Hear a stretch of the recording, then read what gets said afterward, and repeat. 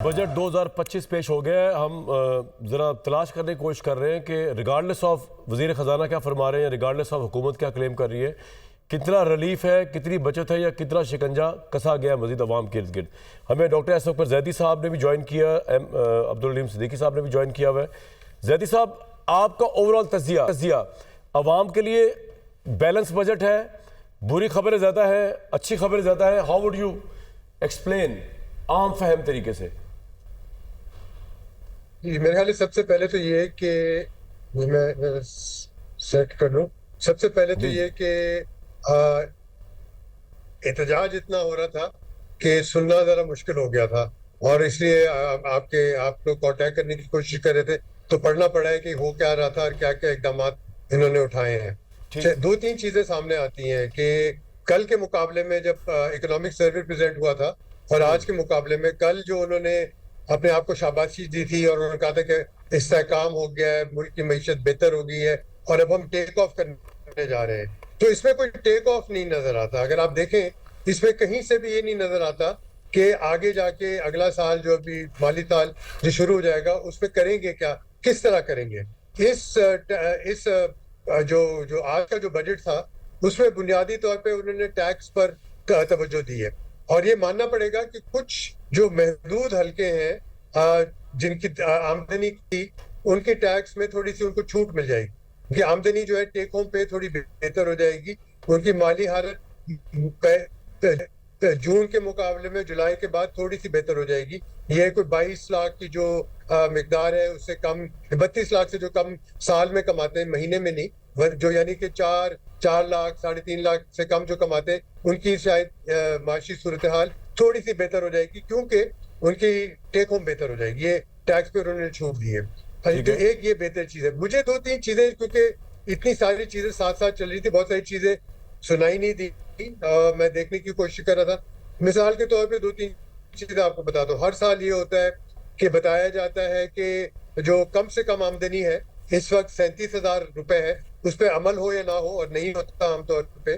जो आमतौर पे जिन लोगों को 37,000 रुपए मिलनी चाहिए नहीं मिलती, उसे बहुत कम मिलती है, वो उन्होंने बढ़ाई या नहीं बढ़ाई मैंने नहीं सुना। आमतौर पे ऐलान किया जाता है कि वो 40,000 हो गई वगैरह या 10-5 मिनिमम वेज जो है, ऐसी कोई बात नहीं सुना। अच्छा, दूसरा जी, दूसरा ये इन्होंने जैसे बताया, कल भी हमने जो बात की थी कि बेनजीर इनकम सपोर्ट प्रोग्राम को थोड़ा का बढ़ाएंगे, लेकिन जिस रफ्तार से गुर्बत में इजाफा हुआ है, जिस रफ्तार से वो आबादी जो पहले 3-3.5% थी अब 16.5% हो गई है, जो 1,200 रुपए से कम रोज कमाती है, उसके बारे में वो इतनी उसकी तेजी से आबादी में इजाफा हुआ है कि लगता नहीं है कि जो बेनजीर इनकम सपोर्ट के थ्रू वो पूरा कर पाएंगे। तो मैं अगर मुख्तसर अभी इस वक्त 2 पॉइंट्स कहूँ, एक इन्होंने कहा है कि ग्रोथ जो है 2.8, अभी कह रहे हैं 2.8, ये मेरे ख्याल है और कम हो जाएगी, 2.5 2.6 हो जाएगी, उससे ये 4 से ऊपर लेके जाने जा रही।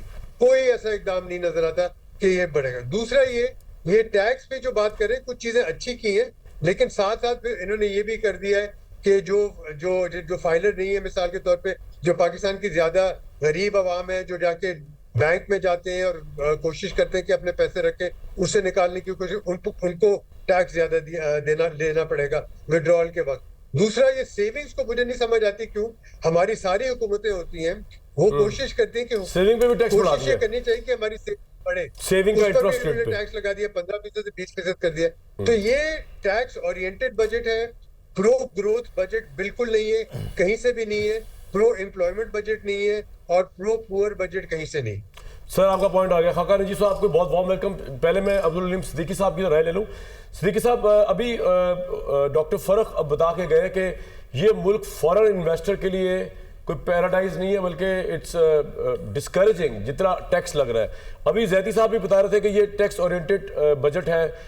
आपका सर क्या टेक है इसके अंदर, सिद्दीकी साहब? अब्दुल रहीम सिद्दीकी साहब। देखिए जी बहुत शुक्रिया। देखिए वैसे इन समरी तो यही है कि एफडीआई के लिए इसमें कोई ख़ास चीज़ नज़र नहीं आई है, लेकिन आई मीन वैसे क्रेडिट देनी चाहिए गवर्नमेंट को कि इकोनॉमिक स्टेबिलिटी जो आई है उसके बाद जो ग्रोथ आई थी 2.7%, उसके बाद अब जो इन्होंने फोरकास्ट दिया है वो 4.2, लेकिन in terms of specific measures जो आप पूछ रहे थे उसमें हमारे 2-3 चीज़ें जो रिकमेंडेशन थी एफडीआई से रिलेटेड वो ये थी कि कॉर्पोरेट टैक्स रेट पाकिस्तान में बहुत ज़्यादा है, उसको कम किया जाए। वो उन्होंने कम नहीं किया है, इन्होंने सुपर टैक्स को भी बहुत छोटा लिमिट के लिए कम किया है, तो टैक्स मतलब इनसे बहुत बढ़ाया हुआ है।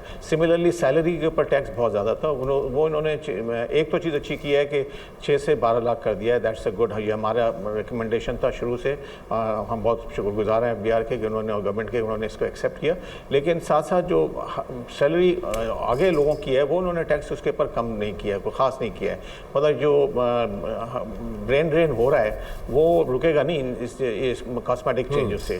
तो इसके अलावा कुछ चीज़ें अच्छी की हैं इन्होंने कि टैक्स जो प्रॉमिस किया है कि टैक्स फॉर्म सिंप्लीफिकेशन है, और मतलब देखना ही है। दूसरी तरफ ये है कि ये कह रहे हैं कि टैक्स टू जीडीपी रेशियो 10 से अब 14% ले जाएंगे, that's good because this is what we need. अभी जैसे जैदी साहब ने कहा वो हमें भी समझ में नहीं आया कि ये क्या फ़ायदा होता है ये सेविंग को के ऊपर टैक्स रेट बढ़ा के इसको 15% से 20% बढ़ा दिया है। इससे कितने पैसे मिलेंगे? अगर आपको एक थ्रेश होल्ड लगता है कि इतने बिलियन का अगर डिपॉजिट होगा तो उस पर आपको इतना टैक्स देना होगा, लेकिन अगर आपने क्रॉस द बोर्ड 15 से 20 कर दिया है, मैं समझता हूँ कि वो हमारा ख्याल है कि वो डिसइंसेंटिव होगा। फिर पाकिस्तान की जो बहुत बड़ी कैश इकॉनमी है 9 ट्रिलियन की, उसको पकड़ने के लिए, उसको रोकने के लिए कोई बड़े इकदाम नज़र नहीं आया। ब्रॉडनिंग द टैक्स बेस नहीं है पाकिस्तान में, टैक्स टू जीडीपी रेशियो जो है वो सर प्रो बिजनेस ये बजट है कि फॉरेनर या फॉरेन इन्वेस्टर या लोकल इन्वेस्टर्स के लिए इंसेंटिव है इस बजट के अंदर आपके नज़दीक? कोई ख़ास नहीं। ठीक, असल तो यही बात जाननी थी ना। थोड़ा सा है फैसिलिटेशन है, ज़रूर है, लेकिन बहुत कुछ किया जा सकता था इन्होंने। और एक चीज़ अच्छी की है कि कस्टम ड्यूटी का जैसे इन्होंने स्लैब्स 5 साल के अभी से बता दिए, वो आई थिंक दैट्स प्लानिंग के लिए बहुत अच्छा है। Carbon tax is a good incentive, क्योंकि पाकिस्तान में ज़रूरत है कि जो हमारी जो पोल्यूशन है उसको कंट्रोल के लिए मेजर्स लिए जाएँ। तो इस टाइप की चीज़ें इन्होंने अच्छी की हैं। एग्रीकल्चर के पर ये क्या कर रहे हैं, अभी इन्होंने इन्फॉर्म बताया कि सीड डेवलपमेंट अथॉरिटी बना रहे हैं। सवाल ये है कि पाकिस्तान एग्रीकल्चर कंट्री है, इतने सालों से क्यों नहीं बनी थी, क्या हो रहा था? बिल्कुल ठीक है सर, आपका ये पॉइंट आ गया। खैर ये सारे जी, और बता दीजिए ओवरऑल आपका ओवरऑल क्या इसमें, फिर how do you see this budget? देखिए जैदी साहब ने बड़ा क्लियरली कहा जी ये टैक्स ओरिएंटेड बजट है, इन्वेस्टमेंट और बिजनेस ओरिएंटेड बजट नहीं है, प्रो पुअर बजट नहीं है। What is your analysis? नहीं, मैं इतना निगेटिव नहीं होऊंगा, मैं कहूँगा कि है अच्छा, लेकिन इतना ज़्यादा अच्छा नहीं है जितना ये हो सकता था। ठीक है सर, पॉइंट आ गया। अच्छा है, बेहतर है, लेकिन उतना अच्छा नहीं है जितना होना चाहिए था। बिल्कुल, मुझे लगता है खाकान नजीब साहब जो है ना वो ज़्यादा अच्छा इसको बता सकेंगे, वो बड़े ऑप्टिमिस्टिक होते हैं बजट के मामले में। जी खाकान भाई, व्हाट्स योर टेक? आप तैयार हो जाए अच्छाइयाँ सुनने के लिए इस बजट की आपसे, फिर सवाल मैं बाद में करूँगा, पहले ओवरऑल तज़किया दे दिए अपना आप बजट पे। तो कामरान साहब अस्सलाम वालेकुम। सो अगर मैंने वन लाइनर देना हो इस बजट पे, I think it's a reasonable budget but with no frills. और इसको आप एक ऐसा समझें कि it is a cautiously with no frills. जो फ्रिल्स लोग ढूंढ रहे थे वो शायद उसमें नज़र नहीं आ रही, and it is a very cautiously done budget.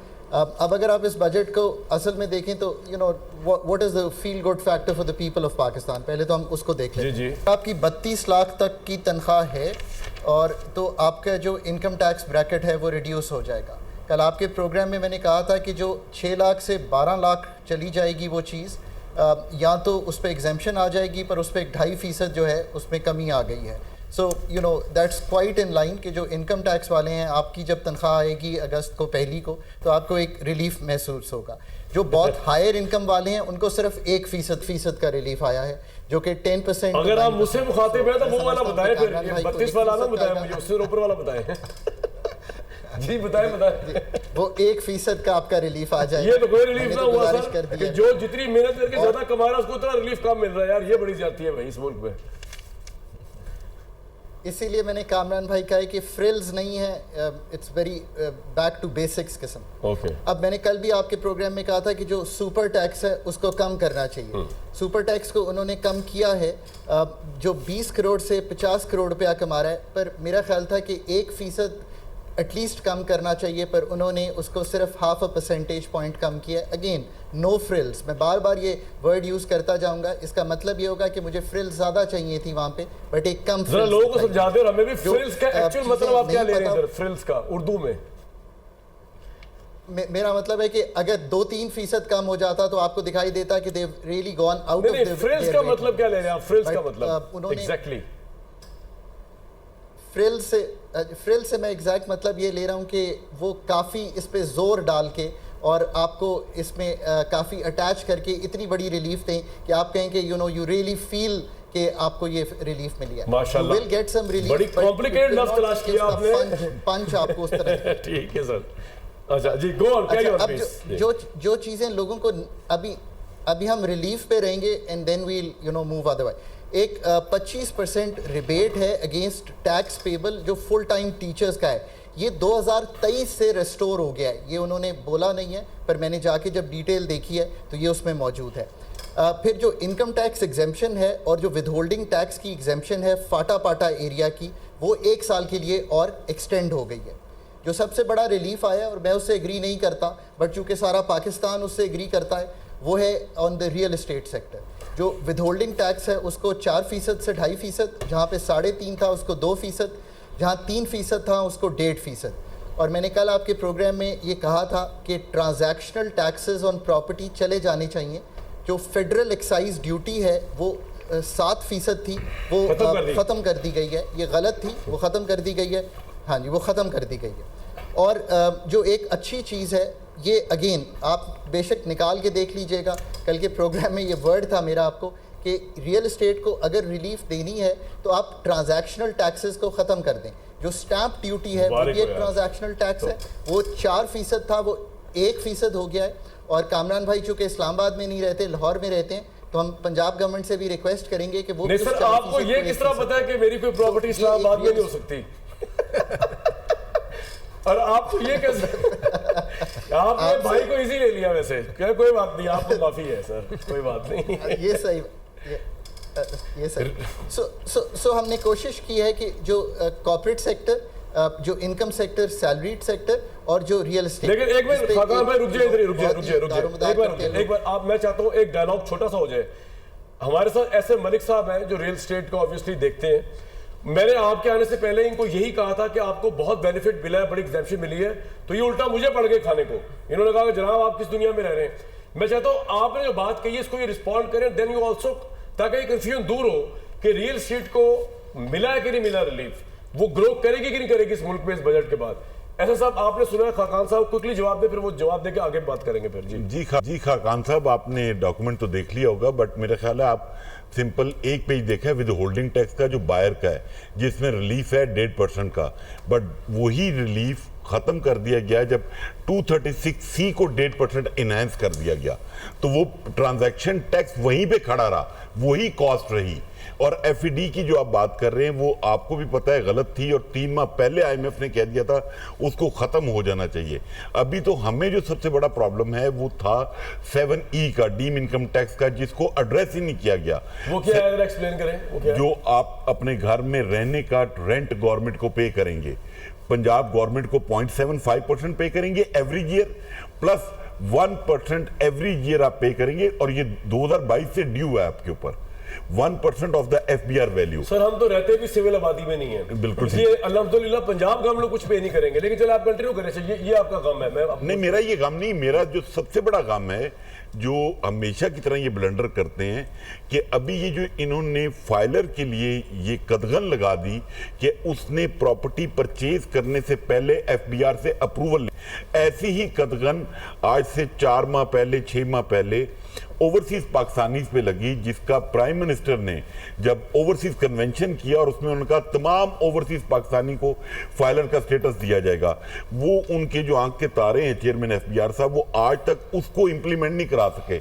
उसकी एक कमिश्नर की अप्रूवल, कानून ये कहता है कि within 24 hour commissioner respond करेगा। वो कमिश्नर साहब ईमेल भी नहीं देखते और उसके बाद बाकी उनके जो जानने वाले नई प्रॉपर्टियां जितनी खरीदी जाएंगी वो एफबीआर से अप्रूवल होगा। जो फाइलर है उसने परचेज करना है। और मैं ये फाइलर जो उसको भी अप्रूवल चाहिए, उसको अप्रूवल चाहिए।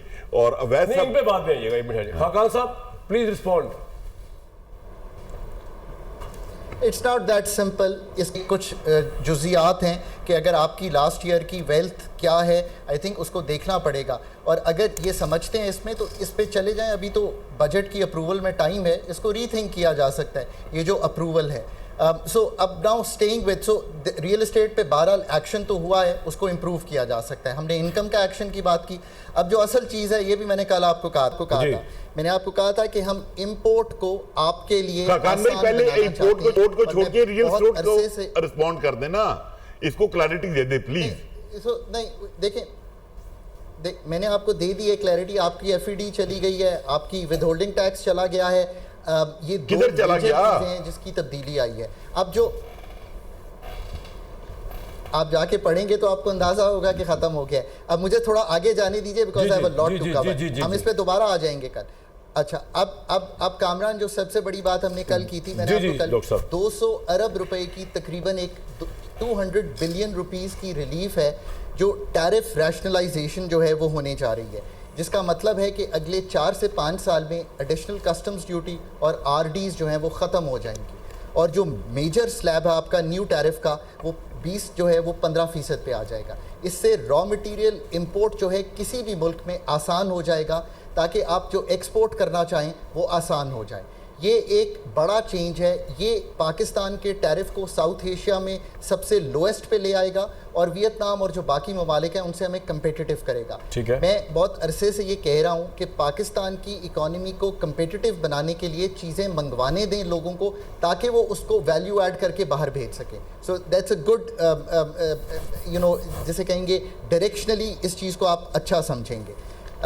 पाकिस्तान में हम बहुत सी बात करते हैं कि ये जो हमारे निज़ाम हैं सारे, इनको बेहतर होना चाहिए। अगर आप बहुत सी जाकर देखेंगे तो इन्फोर्समेंट के मेजर्स जो हैं नॉन फाइलर पे, एक मेजर जो प्यूनेटिव है कि 0.6% से 1% कर दिया गया कि अगर आपने कैश विड्रॉल करना है। सो ये अगेन पैसे विड्रॉल, अगेन चाहते ये हैं कि आप फाइलर बने। हर एक को फाइलर बनना है, आज से 1 साल नहीं, 2 साल नहीं, फाइलर के विड्रॉल पे पैसे नहीं है। आप ये कह रहे हैं, मुझे तो इसके बारे में इंफॉर्मेशन भी नहीं है एक्चुअली। वैसे फाइलर पे पैसे नहीं है ना? फाइलर पे नहीं, नॉन फाइलर पे। ठीक है, नॉन फाइलर पे अगर 0.6% था उसको बढ़ाकर 1% नॉन फाइलर कैटेगरी होनी नहीं चाहिए। अच्छा, अब आप, हाँ जी, नॉन नहीं होना। अच्छा, अब आप कुछ आ जाएं कि इंडस्ट्री को और कम्पिटिटिव बनाने की एक बड़ी, और मैं हमेशा कहता हूँ, फाटा पाटा में आपने जीएसटी की माफ़ी दी हुई थी। सो होता ये था कि कामरान भाई जो है, मैं हर दफ़ा आपकी मिसाल देता हूँ, पर आप चूँकि बर्दाश्त कर लेते हैं, मैं फिर दे देता हूँ। आपकी एक इंडस्ट्री है, वो प्रोड्यूस कहीं और कर रही है, पर आप फाटा पाटा की जो एग्जेम्पशन है उसको ज़ीरो सेल्स टैक्स की यूज़ कर रहे हैं। अगले साल से 2025 पहली जुलाई से 10% जीएसटी वहाँ पे लागू होगा और फिर अगले 2029 तक इसको 16% तक ले जाएंगे। सो एट पैरिटी लाएंगे मुल्क के साथ। फाटा पाटा को जो एग्जेम्पशन थी उसको ख़त्म कर देंगे। I think it's a good exemption to go. ये एग्जेम्पशन जो है ख़त्म हो जाएगी। इसी तरह अगर आप आगे और इस चीज़ को देखेंगे तो जो स्ट्रीमलाइनिंग मेजर्स हैं वो कुछ हैं, इसकी तफसील में हम किसी वक्त, ठीक है, लेकिन आप मेरे साथ रहिएगा। ये आपने बहुत डिटेल से good side of the budget बताई है, जिसमें आप कह रहे हैं कि रॉ मटेरियल हो गया या टैक्स रिलीफ हो गया या प्रॉपर्टी का हो गया, उसमें आवाम को खुशी मिल रही है, आवाम को थोड़ा रिलीफ मिल रहा है। मैं आप मेरे साथ रहिएगा। मैं चाहूँगा कि वकार मसूद साहब जो है उनको डॉक्टर साहब को भी इंगेज किया जाए। डॉक्टर साहब, आपका एक तो ओवरऑल, आप हकान अजीब साहब की बात भी सुन रहे थे, what's your overall analysis of this budget? ज्यादा आवाम के लिए रिलीफ है या दोबारा आवाम के लिए कोई रिलीफ नहीं है, सिर्फ फजिंग या ऊपर नीचे चीजें करके दिखा दिया गया? Your take sir. मैं कामरान भाई बहुत शुक्रिया। सर।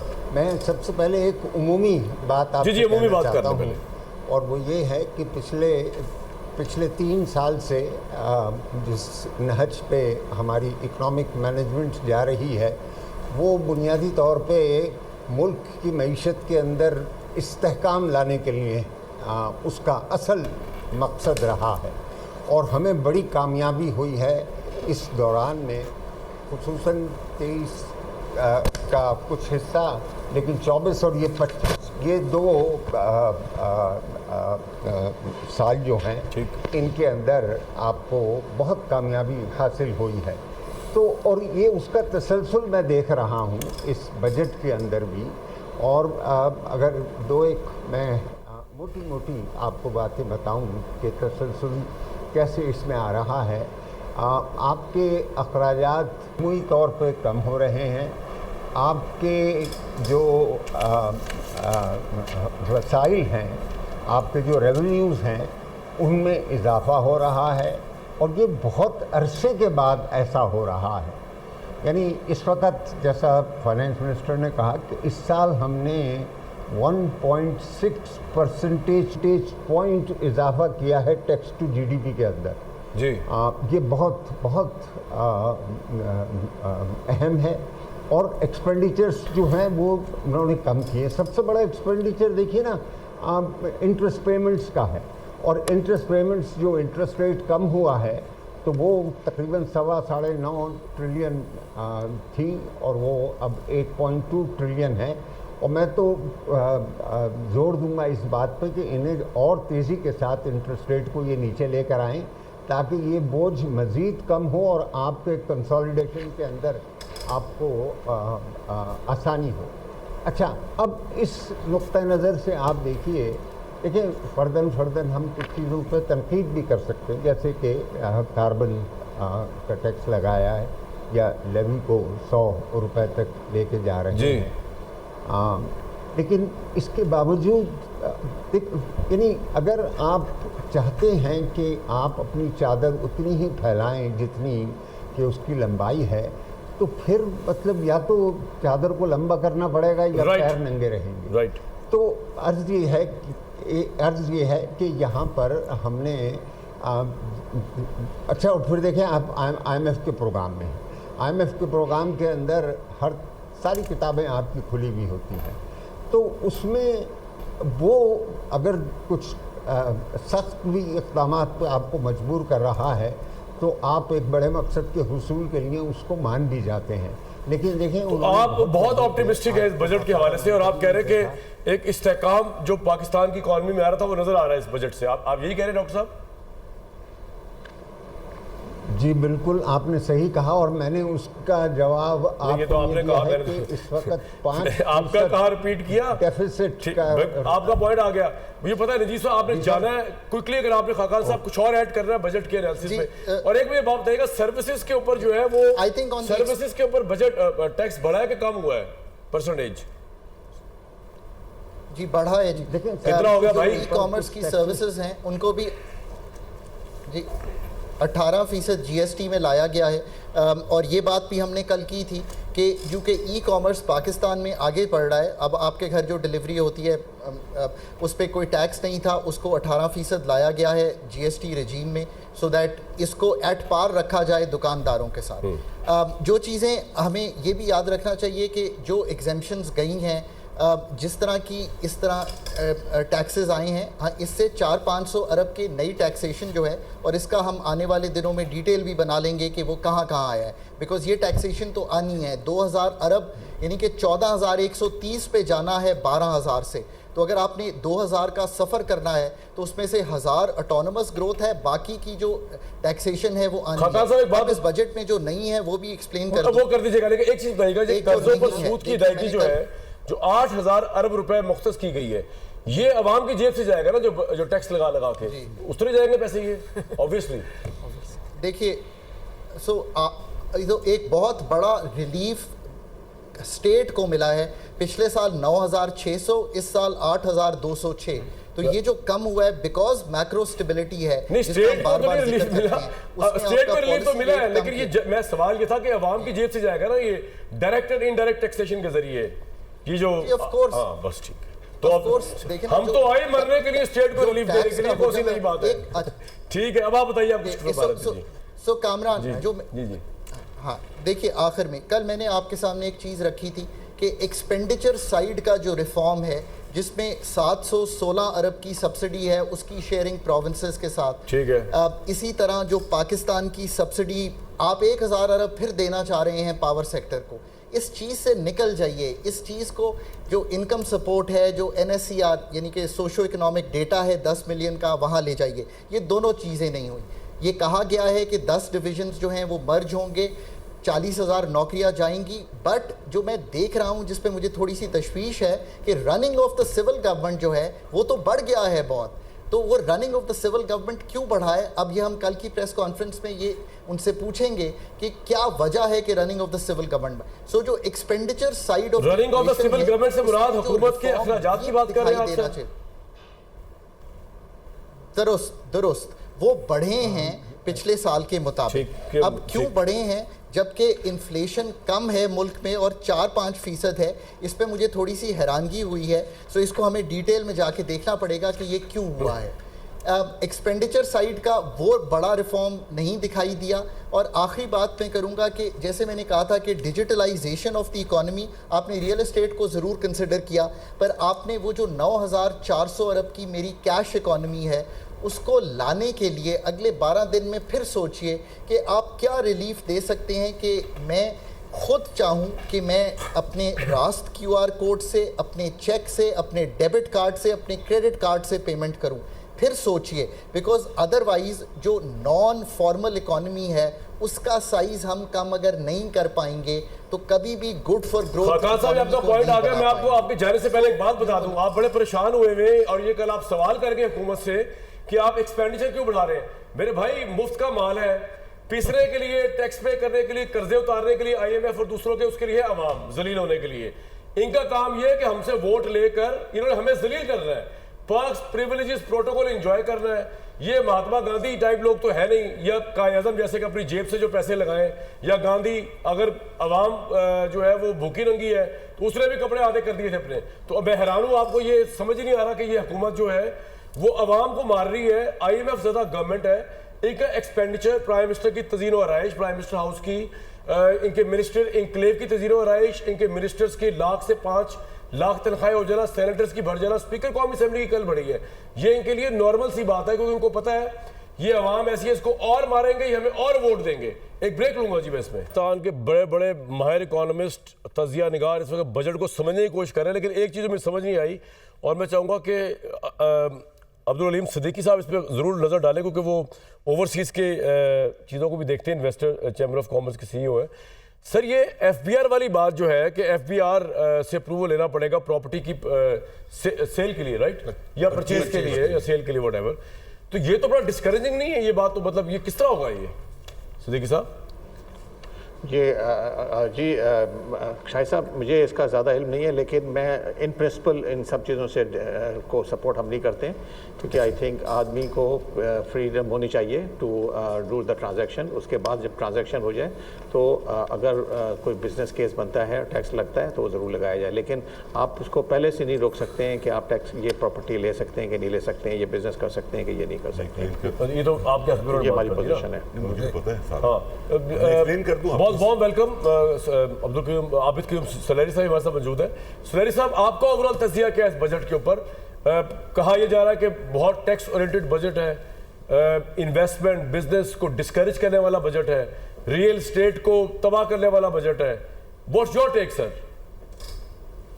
कामरान भाई, मैं इस पे काफ़ी इससे ज़्यादा मुश्किल बजट की तवक्को कर रहा था। ये तो खुदा का शुक्र है कि इंटरेस्ट रेट 11% पे आया और हुकूमत के पास कोई 800-900 अरब रुपये का कुशन था जिससे सैलरीड क्लास को वो कुछ रिलीफ दे पाए। थोड़ा सा जो है रियल स्टेट को भी अगर देखा जाए तो FED का ख़त्म करना या जो फर्स्ट टाइम जो बायर्स हैं उनके लिए विद होल्डिंग टैक्स में कुछ रिलीफ देना या एग्रीकल्चरल इनपुट जो था स्पेशली फर्टिलाइज़र पे GST में इजाफा ना करना, तो ये वो चीज़ें थी, अगर ये इंटरेस्ट रेट 22 पे चल रहा होता या 15-20 पे चल रहा होता तो हुकूमत ये भी ना कर पाती। हमें जहन में रखना है कि टोटल 11 ट्रिलियन रुपीस है वफाकी हुकूमत के पास, और उसमें से 8.2 ट्रिलियन उसने सूद अदा कर देना है। उसके बाद बाकी तमाम अखराजात के लिए उसको उधार लेना पड़ता है। हम एक जो है ऐसे जियोपॉलिटिकल सिचुएशन में बैठे हैं, यहाँ पे दुश्मन जो है वो हमें रोजाना धमकियां दे रहा है, हमें दफाई बजट जो है उसको भी पूरा करना वो तो है, ठीक बढ़ गया और पेंशन देनी है। तो इस हालात में मेरा नहीं ख्याल कि इससे बेहतर बजट जो है वो हुकूमत दे पाती। आपको 2 खरब रुपए के इजाफी टैक्सेस का टारगेट भी पूरा करना अगले साल में, तो ये जो रिलीफ अनाउंस किया है थोड़ा बहुत, इसके बाद भी अगर जो है वो 2 खरब के टैक्सेस इकट्ठे करने होंगे तो जुए शीर लाने के मुतरादिफ होगा। इसमें 1-2 चीज़ें हैं जिसपे कि मुझे इख्तलाफ है। फॉर एग्जांपल ये सोलर पैनल्स पे जो इम्पोर्टेड पे 18% ड्यूटी लगा दी और उसके साथ कार्बन लेवी भी लगा दी, ये कह के जी और सोलर पैनल और महंगे हो जाएंगे इससे बहुत ज़्यादा। तो एक तरफ आप फॉसिल फ्यूल को डिस्करेज करना चाह रहे हैं, दूसरी तरफ आपने सोलर पैनल जो है मैं आपको सर एक बात बताऊं, असल में ये हुआ बताऊं क्या है कि आईपीपी के साथ जो गलत एग्रीमेंट किया हुकूमत ने कि अब बिजली आपकी ज्यादा कंज्यूम हो रही है।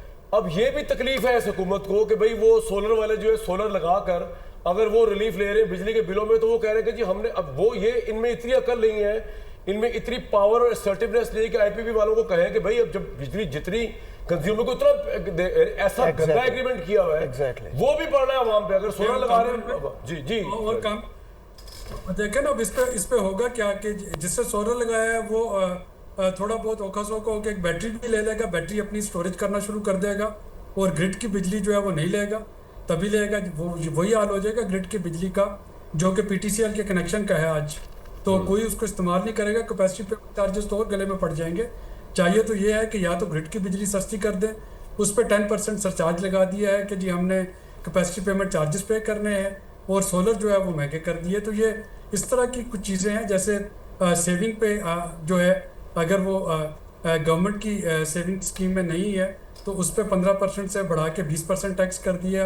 एक तरफ हम कह रहे हैं लोग सेविंग करें, दूसरी तरफ हमने उस पर टैक्स लगा, यानी वो जो सेव करेंगे उसमें हाँ सही है इंक्रीज कर दिए, हर जगह से मारा है तो हर जगह से, मतलब जो 70 साल का पेंशन वाला उसको दोबारा दोहराता हूँ जी लगा दें उस पर जी दोबारा दोहराता हूँ कि ये बजट इससे ज्यादा मुश्किल हो सकता था। ये काफी बेहतर बजट है मेरे ख्याल में। आपके ख्याल में इससे महंगाई नहीं बढ़ेगी या इससे गुर्बत कम होगी, इससे महंगाई कम होगी आपके नजदीक? गुर्बत का तो देखिए इस पे डेफिनेटली इम्पैक्ट आएगा, और वो इम्पैक्ट इस तरह भी आएगा कि अब आपको जनरल सेल्स टैक्स जो है वो भी 18% देना पड़ रहा है। वो इम्पैक्ट इसलिए भी आएगा कि आपने कहा कि जी अगर आप क्रेडिट कार्ड डेबिट कार्ड से शॉपिंग करते हैं तो टैक्स 18 है, नहीं तो 20% आ जाएगा ज़्यादा चीज़ों पे।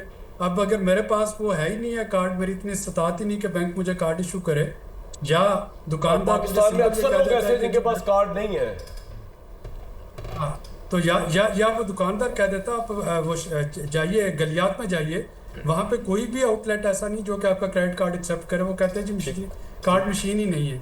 तो अगर कार्ड मशीन ही नहीं है, आपके पास कार्ड है भी तो आप वो इस्तेमाल नहीं कर सकते हैं। तो ये इन्फोर्समेंट के चैलेंजेस जो हैं वो आ रहे होंगे। बस ये दुआ करें कि इंटरेस्ट रेट जो है वो कम हो, मजीद ऊपर ना जाए, वरना गवर्नमेंट के लिए इसको सस्टेन करना मुश्किल हो वैसे जाएगा। तो मुझे लॉजिक समझ नहीं आया कि एक तरफ आपने इंटरेस्ट रेट को कम नहीं कर रहे, सिंगल डिजिट पे नहीं ला रहे, दूसरी यानी इंकरेज करे सेविंग्स, दूसरी तरफ सेविंग के ऊपर आपने टैक्स 15 से 20% कर दिया। मतलब it doesn't make any sense कि चाह क्या रही है गवर्नमेंट। मतलब भाई ठीक है आप सेविंग को डिस्करेज करें, हमारी तरफ से लोग बिजनेस एक्टिविटी में है, रियल एस्टेट में पैसा डालें, फूके ज़ाया करें जो आजकल के हालात चल रहे हैं, लेकिन निकल लो सही ना बात। सर 2 सवाल आपसे नहीं, फिर लोग डॉलर खरीदने भाग जाएंगे, इससे तो वो यही होगा ना, डॉलराइजेशन शुरू हो जाएगी, डॉलर का रेट जो है वो आसमान पे पहुंच जाएगा। क्योंकि अगर बैंक्स पे टैक्स लगना शुरू हो जाएगा तो लोग पैसे उठाएंगे और डॉलर लेके घर पे रख लेंगे। हाँ, आप ये कह रहे हैं कि लोग डॉलर में रखना शुरू कर देंगे, डॉलर का रेट उससे बढ़ जाएगा, उसकी डिमांड बढ़ जाएगी डॉलर की, यही कह रहे हैं आप फुलैरी साहब को? एक प्रोड्यूसर ने कहा है जी। कौन साहब 2 सवाल जी मैं यही कह रहा हूँ कि एक तो मुझे बताइए कि जो ये नक्शा इन्होंने पेश किया है इसके हिसाब से हमारी ग्रोथ रेट कहाँ जाएगी अगले साल? बढ़ेगी घटेगी क्या, जो दक्षिण ने पेश कर दिया इस बजट में? कामरान साहब, जब हम बजट को एनालाइज करते हैं तो अक्सर हम जो है ना उसकी निटी ग्रिटी में फंस जाते हैं। सर, बड़ी पिक्चर को देखने की ज़रूरत है। ठीक है, पहली बात तो ये बड़ी पिक्चर के बारे में है कि 7% से हमने अपने अखराजात कम किए। ये छोटा बजट है, पहली बात ये समझ लीजिए। छोटा बजट से मुराद ओवरऑल एक्सपेंडिचर्स जो है 7% से डिक्लाइन किए हैं। अच्छा, पहले से खींचा है हाथ। ठीक है। दूसरी बात ये है कि आपने जैसे कहा कि तकरीबन 20% डिफेंस स्पेंडिंग बढ़ गई है।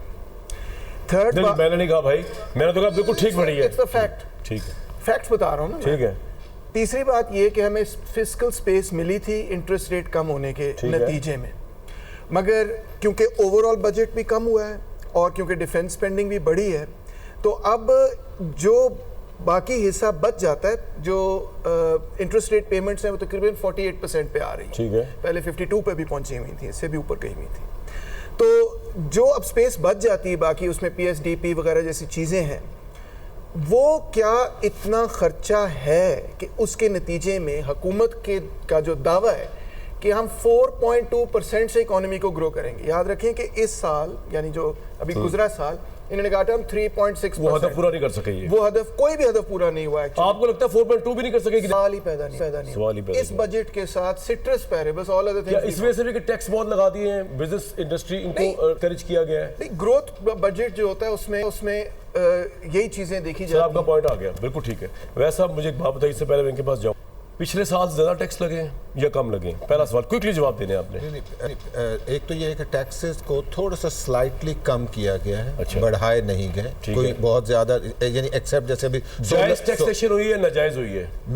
या आपको लगता है इम्प्लीमेंटेशन में जाके नाजायज हो जाता है? नाजायज की ये बात, क्योंकि आप पहले टैक्स तो हम तो हमेशा रो रहे हैं कि टैक्स रेट बहुत ज्यादा है, इन्हें ड्रास्टिकली कम होना चाहिए, लेकिन वो नहीं हुए। यानी ये जितना बढ़ा दिया है उसके बाद जितना कम किया वो पीरियड्स है। आज भी सैलरी का जो हाईएस्ट टैक्स रेट है वो आपका समझे 45% से कम करके आप कह लें 43 कर दिया या 42 कर दिया, तो ये तो कोई खास फर्क नहीं है। तो ये और ये डॉक्टर वाले शोबे और ये जो स्पेसिफाइड शोबे, इन पे तो 40 प्लस लगाया हुआ है, 50 भी लगाया हुआ है। लेकिन मैं नए में आप बार-बार मतलब जैसे वो तो बाहर जाएंगे लोग, जैसे आपने पेंशन की बात की, पेंशन 70 वाले के ऊपर टैक्स इजाफा कर 1 करोड़ से ज्यादा जिसकी पेंशन है साल की, उसके ऊपर टैक्स लगाया। 1 करोड़ तक की जो पेंशन होगी उसको नहीं लगेगा। तो यानी ये एक बेहतर है कि जिसको 1 करोड़ प्लस आ रही है। 2-3 बातें बताएं जो भी बजट अप्रूव होना है कौमी असेंबली से, जो किया जाए जल्दी से बता दें। अगर मुल्क की इकोनॉमी को चलाना है तो जो ये बजट रियल एस्टेट के लिए आपने पेश किया है, इसको चेंज करना पड़ेगा। स्पेशली ये जो फाइलर के लिए अप्रूवल लेने का जो मैकेनिज्म है, इसको आपको ठीक करना पड़ेगा। विदाउट ये जो अप्रूवल का money making, basically rent seeking आप कह लें इसको, आप कमिश्नर का मरूने मिनट डाल दें। अभी हाल में FBR टाइम पे नहीं करेगी अप्रूवल देती सर ने। अभी डॉक्टर वकार मसूद साहब भी बैठे हैं, आबिद कयूम साहब भी बैठे हैं, आप इनसे भी वो ना भी बैठे हो बता दें हमें। फिर भी नहीं, मतलब अभी आप नॉन रेजिडेंट को एंटरटेन नहीं कर पा रहे हैं।